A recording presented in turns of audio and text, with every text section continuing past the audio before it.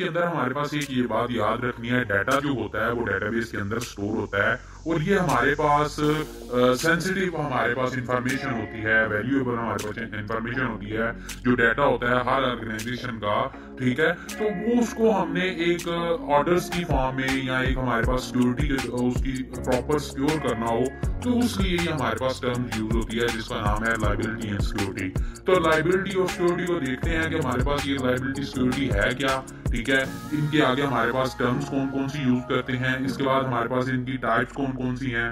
इसमें देखते हैं कि हमारे पास जो ट्रांजेक्शन्स होती हैं या जो हमारे पास बैकअप फाइल्स होती हैं या हमारे पास सिक्योरिटी के अंदर हमारे पास जो रूल्स होते हैं, जो भी प्रोसीजर हम अप्लाई करते हैं इन टर्म्स को देखते हुए, ठीक है, डेटाबेस के ऊपर जितना भी हमारे पास स्कीमास होता है उस पर अप्लाई करते हैं, तो वो सारे का सारा देखते हैं। तो आइए हम स्टार्ट करते हैं। हमारे पास लायबिलिटी बेसिकली क्या है, सबसे पहले हम दोनों का डिफरेंस देखेंगे कि हमारे पास लायबिलिटी और सिक्योरिटी में डिफरेंस क्या है। अगर बात करें लायबिलिटी की तो लायबिलिटी मीन्स कि हमारे पास जो भी डाटा हमारे पास होगा वो हमारे पास वैलिड फॉर्म में होना चाहिए, उसके अंदर कंसिस्टेंसी होनी चाहिए, वो आगे जो फंक्शनैलिटी परफॉर्म करवाए या ऑपरेशन जो परफॉर्म करवाए वो स्मूथ ऑपरेशंस होने चाहिए, स्मूथ फंक्शनैलिटीज परफॉर्म करवाए। इसके अंदर एक बात याद रखनी है कि लायबिलिटी के अंदर हमारे पास जो भी डाटा होता है, अगर फर्ज करें वो लॉस हो जाता है किसी भी वजह से, ठीक है, तो उसको रिकवर करना हमारे लिए बहुत ज्यादा आसान होता है, या हमारे पास इसकी टेक्निक्स अप्लाई करके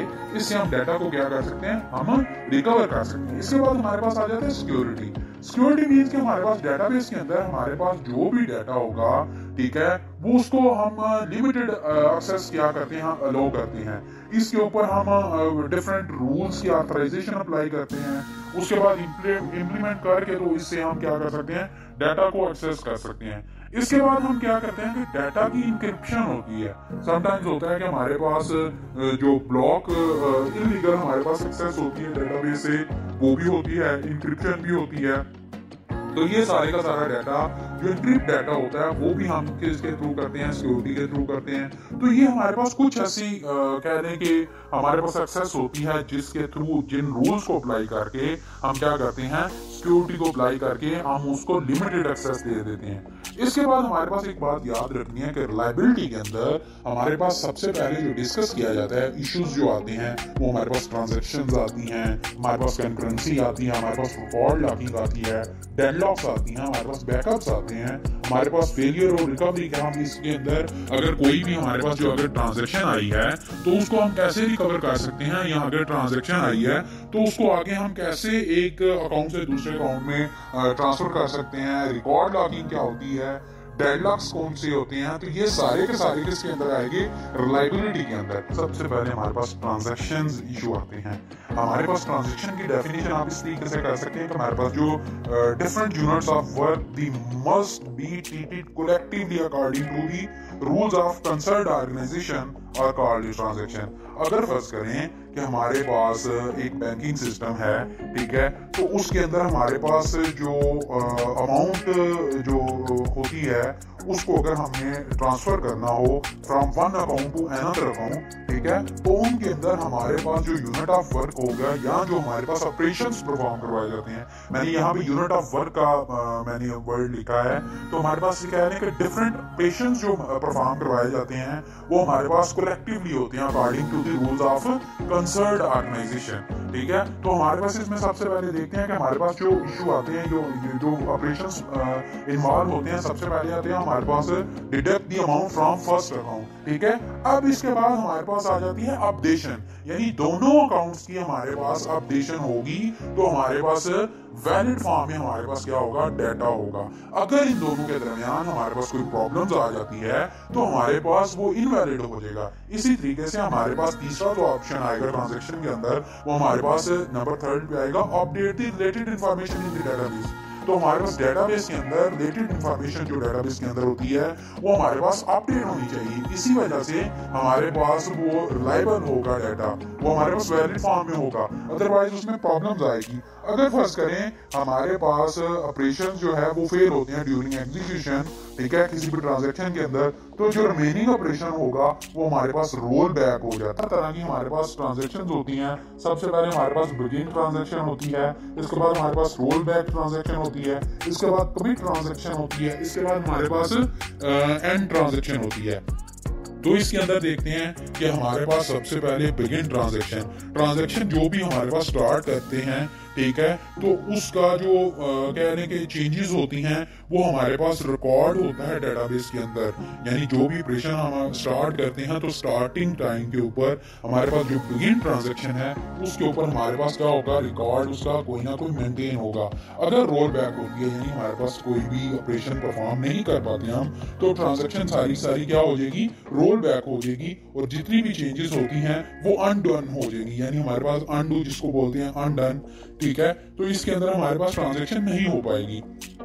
इसके बाद हमारे पास कमिट ट्रांजैक्शन होती है। कमिट ट्रांजैक्शन के अंदर हमारे पास एक बात याद रखनी है कि कमिट मींस कि हमारे पास ये ट्रांजैक्शन कंप्लीट हो गई है, तो जो भी चेंजेस हमारे पास ट्रांजैक्शन के अंदर सबमिट की जाती हैं वो हमारे पास परमानेंटली हमारे पास सेव हो जाती हैं, ठीक है।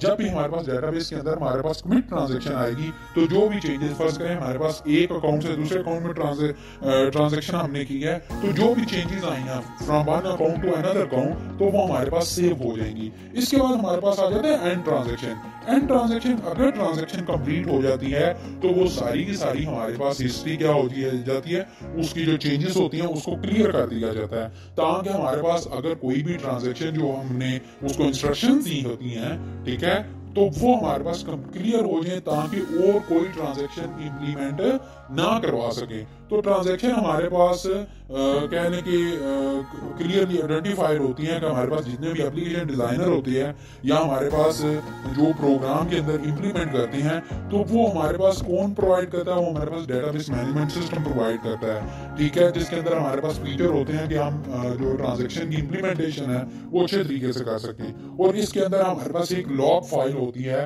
Transaction log file database management system के अंदर होती है। इसी को दूसरे नंबर पे मल्टीपल यूजर जो होते हैं, जिसके अंदर हमारे पास मल्टी यूजर एनवायरनमेंट यूज किया जाता है। इसके अंदर हमारे पास डिफरेंट यूजर जो है वो साइमल्टेनियसली हमारे पास क्या करते हैं, एक ही हमारे पास ट्रांजैक्शन जो होती है, ठीक है, या हमारे पास डिफरेंट दो अकाउंट्स के ऊपर दो ट्रांजैक्शन एट ए टाइम वो क्या करते हैं, अप्लाई करते हैं। ट्रांजैक्शन फाइल लॉग जो है वो भी हमारे पास डैमेज हो जाती है डेटाबेस के अंदर, तो हम इसको कैसे मेंटेन कर सकते हैं। तो हम बैंकिंग एनवायरनमेंट के अंदर एटीएम सिस्टम जो यूज करते हैं, ठीक है, वो सबसे best example ATM card use करते हैं, और डिफरेंट एटीएम टर्मिनल्स के ऊपर वो हमारे पास सेम टाइम्स के अंदर हमारे पास एग्जीक्यूशन हो जाती है। तो सम टाइम्स उसके अंदर हमारे पास एग्जीक्यूशन हो भी जाती है और सम टाइम्स होती है तो उसमें एरर भी आ जाता है। अब इसके अंदर सबसे पहले हम देखेंगे कि एरर किसके अंदर आता है। कि हमारे पास जो लॉकिंग रिकॉर्ड है, लॉकिंग जो हमारे पास मैकेनिज्म है उसको कैसे इंप्लीमेंट कर सकते हैं, ठीक है, उसको कैसे कंट्रोल कर सकते हैं,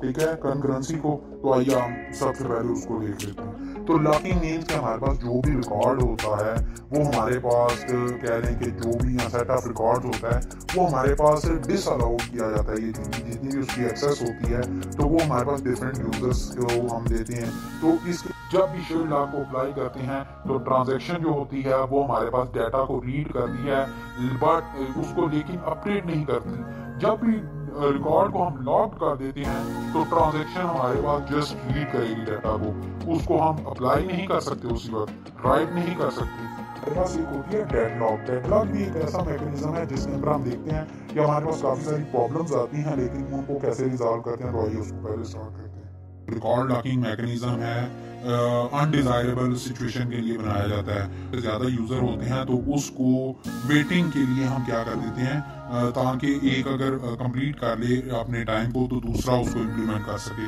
ठीक है। तो ये हमारे पास जो एक्शंस होते हैं, ये इस तरह की जो सिचुएशन होती है उसको हम क्या बोलते हैं, डेडलॉक। इसके बाद हमारे पास आ जाता है बैकअप मींस कि हमारे पास सम टाइम जो होता है डाटा, किसी भी ऑर्गेनाइजेशन के अंदर जो डाटा होता है वो बहुत ही इंपॉर्टेंट एसेट्स होते हैं या लॉस हो जाता है, ठीक है, जिसकी वजह से मिसलीड की वजह से, ठीक है, या हमारे पास जो वो डाटा होता है वो हमारे पास ऑर्गेनाइजेशन के वर्किंग को स्टॉप कर देता है। ठीक है। तो उसके लिए हमारे पास जो भी डाटा होगा उसके लिए कोई ना कोई हमने डेटाबेस के अंदर एक सेकंड कॉपी रखी होती है। सेकंड कॉपी कह रहे हैं या इसका पार्ट कह रहे हैं, या हमारे पास ओरिजिनल डेटाबेस के अंदर जो भी इसकी कॉपी होगी वो सेव रखी होती है।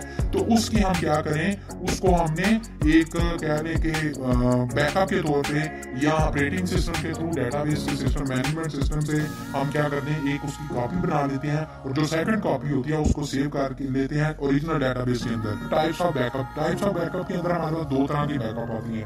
एक हमारे पास आती है हॉट बैकअप, एक आती है हमारे पास कोल्ड बैकअप। हॉट बैकअप के अंदर हमारे पास देखा जाए तो हमारे पास जो भी डेटाबेस के अंदर डाटा होता है, ठीक है, वो हमारे पास जब डाटा रनिंग कंडीशन में होता है तो अपडेट हो रहा होता है ऑटोमेटिकली, उसमें एडिशन भी हो रही होती है, वो समटाइम यूजर रीड भी कर रहे होते हैं। तो जो यूजर कनेक्ट होते हैं, ठीक है, या जो यूजर हमारे पास डिस्कनेक्ट होते हैं, तो वो हमारे पास क्या कर देते हैं, जो यूजर कनेक्ट होगा तो वो डाटा ऑनलाइन क्या करेगा उस हॉट बैकअप से, या वो जो हॉट बैकअप वो ऑनलाइन बैकअप बोलते हैं, तो वो 24 दिन के अंदर वो हम ऑनलाइन अगर रहता है तो ठीक है, वो डाटा हम क्या कर सकते हैं, उसको रिस्टोर कर सकते हैं या बैकअप उससे ले सकते हैं। तो कोल्ड बैकअप के अंदर हमारे पास ऑफलाइन डाटा होता है, जैसे मोबाइल के अंदर हमारे पास डाटा अगर हो जाता है, रिमूव हो जाता है, या हमारे पास मोबाइल के अंदर जो स्टोरेज है वो डैमेज हो जाती है किसी वजह से, तो हम उसको भी हम जो डाटा होता है उसको भी बैकअप कर सकते हैं, यानी उसका भी बैकअप हमारे पास वर्किंग डेज के अंदर हमारे पास, जैसे हमारे पास एक दिन के अंदर अंदर हम उसको बैकअप ले सकते हैं, जबकि ऑफलाइन को एक दिन के अंदर नहीं, ज्यादा दिन के अंदर भी ले सकते हैं। जबकि ऑनलाइन को हम क्या कहते हैं 24 आवर्स के अंदर अंदर हमने उसको क्या करना होता है, हमने बैकअप करना होता है, तभी वो हमारे पास डाटा की कॉपी, हमारे पास डाटा बैकअप किया जा सकता है। के बाद हमारे पास जो इश्यूज आते हैं वो हमारे पास आते हैं डाटा रिकवरी के। डेटाबेस के अंदर हमारे पास समटाइम्स होता है कि हम कुछ रीजंस होती हैं कि हमारे पास जो मीडिया होता है वो हमारे पास फेलियर की सूरत में फेल हो जाता है, ठीक है। हमारे पास जो ऑपरेटिंग सिस्टम होता है वो भी फेल हो जाता है, एक्सीडेंटली डैमेजेस आ जाते हैं, इंटेंशनल डैमेज आ जाते हैं डेटाबेस के अंदर। तो डेटाबेस हमारे पास स्टॉप हो जाती है ड्यू टू सम रीजंस, उसकी जो वर्किंग होती है वो स्टॉप हो जाती है। तो इसके लिए हमारे पास जो डेटाबेस एडमिनिस्ट्रेटर होता है उसकी रिस्पॉन्सिबिलिटी होती है कि हम डेटाबेस की एक जो कॉपी होती है उसको हम क्या करें, अप्लाई कर लें या उसको रिकवर करें।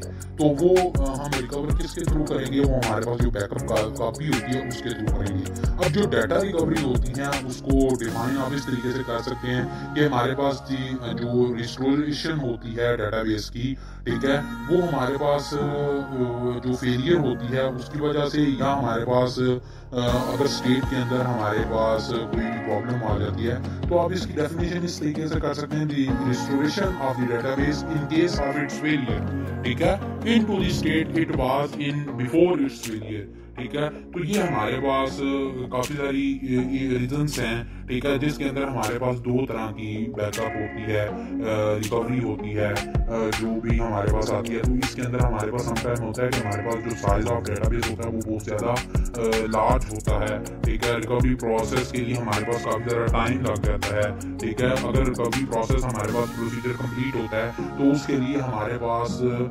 रिकवरी कोई ना कोई डेटाबेस हमारे पास कंप्लीटली रिकवर डेटाबेस को कैसे किया जा सकता है, तो ये मेथड है हमारे पास। दो तरह के मेथड है हमारे पास डाटा को रिकवर करने के लिए थ्रू लॉग फाइल, ठीक है। तो ये हमारे पास एक है बैकवर्ड हमारे पास रिकवरी है, दूसरा हमारे पास फॉरवर्ड रिकवरी है।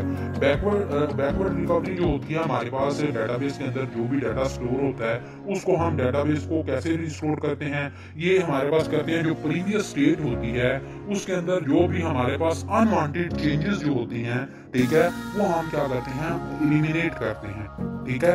इसके अंदर हमारे पास जो भी चेंजेस आएंगी वो हमारे पास डिफरेंट ट्रांजैक्शंस के थ्रू आती हैं, तो उनको हम क्या कर देते हैं, अनडन कर देते हैं। तो ये हमारे पास जो बैकवर्ड हमारे पास रिकवरी जो होता है इसको हम रोल बैक भी बोलते हैं। इसके बाद हमारे पास जो फॉरवर्ड रिकवरी होती है इसके अंदर हमारे पास जो चेंजेस होती हैं वो हमारे पास जो सम जो फेल ट्रांजैक्शंस होती हैं या एग्जीक्यूशन होती है, ठीक है, उसको हम अगेन क्या कर देते हैं, अपडेट कर देते हैं डेटाबेस की, या उसको दोबारा से हम ऑर्डर फॉर्म में लेके आते हैं।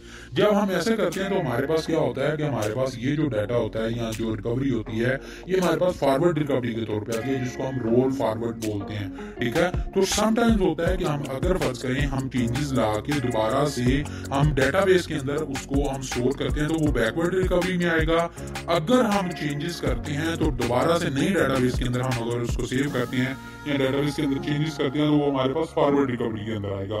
तो इसी तरीके से हमारे पास लाइबिलिटी के अंदर ये भी इशू आता है कि डाटा को कैसे रिकवर किया जाता है, जो डाटा हमारे पास होता है उसकी रिस्टोरेशन कैसे की जाती है, ठीक है। जो फेलियर डाटा होता है या जो डैमेजेस आते हैं, ठीक है, मीडिया डैमेज आ जाता है हमारे पास, एक्सीडेंटल डैमेज आता है, ऑपरेटिंग सिस्टम के हमारे पास फेलियर्स आ जाते हैं, तो ये सारे के सारे किसके थ्रू करेंगे, डाटा रिकवरी के थ्रू। इसके बाद हमारा डेटाबेस सिक्योरिटी हमारे पास एक ऐसा प्रोसेस है जिसके अंदर हम डेटाबेस को क्या करते हैं, प्रोटेक्ट करते हैं फ्रॉम अनऑथराइज्ड एक्सेस से, ठीक है। इसके अंदर हमारे पास क्या होता है कि हमारे पास जो ऑथराइजेशन रूल्स होते हैं, जो यूजर डिफाइन हमारे पास प्रोसीजर्स होते हैं, तो ये हमारे पास कुछ ऐसे कंसर्न हमारे पास जो प्रोसीजर्स हैं जिनको हम अप्लाई करते हैं, इन कंसेप्ट को अगर हम अप्लाई करें तो डेटाबेस को हम क्या कर सकते हैं, सिक्योर कर सकते हैं। सबसे पहले हमारे पास आता है ऑथेंटिकेशन रूल। ऑथेंटिकेशन जो रूल होते हैं वो रिस्ट्रिक्शंस होती हैं यूजर्स के ऊपर, इसके थ्रू हम डाटा को क्या कर सकते हैं, कंट्रोल कर सकते हैं, ठीक है। डाटा की एक्सेस को कंट्रोल कर सकते हैं, लिमिटेशंस इसके ऊपर लगा देते हैं,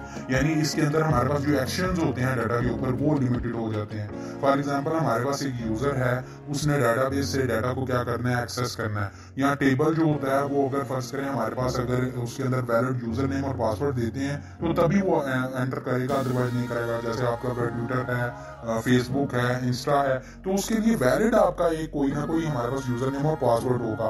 अगर फर्ज करें यूजर हमारे पास रिकॉर्ड को चेंज कर देता है, ठीक है, उसके अंदर नया रिकॉर्ड ऐड करता है, तो वो हमारे पास काफी सारी प्रॉब्लम्स होगी। उसके अंदर हमारे पास जो ऑथेंटिकेशन है वो उसके रूल्स को कहने के हमारे पास जो ऑर्गेनाइजेशन के रूल जो होते हैं वो हमारे पास उसके ऑपोजिट चले जाते हैं, ठीक है। तो ऑथेंटिकेशन जो रूल होते हैं वो हमारे पास उसके अकॉर्डिंग देखा जाता है। उसके बाद यूजर डिफाइंड प्रोसीजर देखा जाता है। यूजर डिफाइंड प्रोसीजर के अंदर हमारे पास जो भी पासवर्ड और यूजर नेम होते हैं वो यूजर डिफाइन करता है कि उसके जो प्रोसीजर्स हैं सिक्योरिटी के लिए वो कौन कौन से हैं। फर्ज करें हमारे पास एक अकाउंट है, उसके अंदर हम सिक्योरिटी अपनी रख लेते हैं कि कौन कौन से इसको देख सकते हैं, कौन कौन सा नहीं देख सकता, कौन कौन सा हमें रिक्वेस्ट भेज सकता है।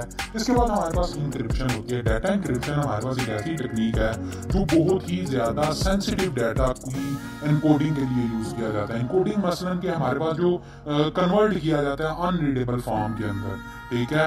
जो भी डाटा स्टोर होता है, जो ट्रांसमिशन होती है डाटा की नेटवर्क के अंदर, ठीक है, तो उसको हम क्या करते हैं, एनकोडिंग मेथड के थ्रू हम क्या करते हैं, प्रोटेक्ट करते हैं डेटाबेस मैनेजमेंट सिस्टम के थ्रू।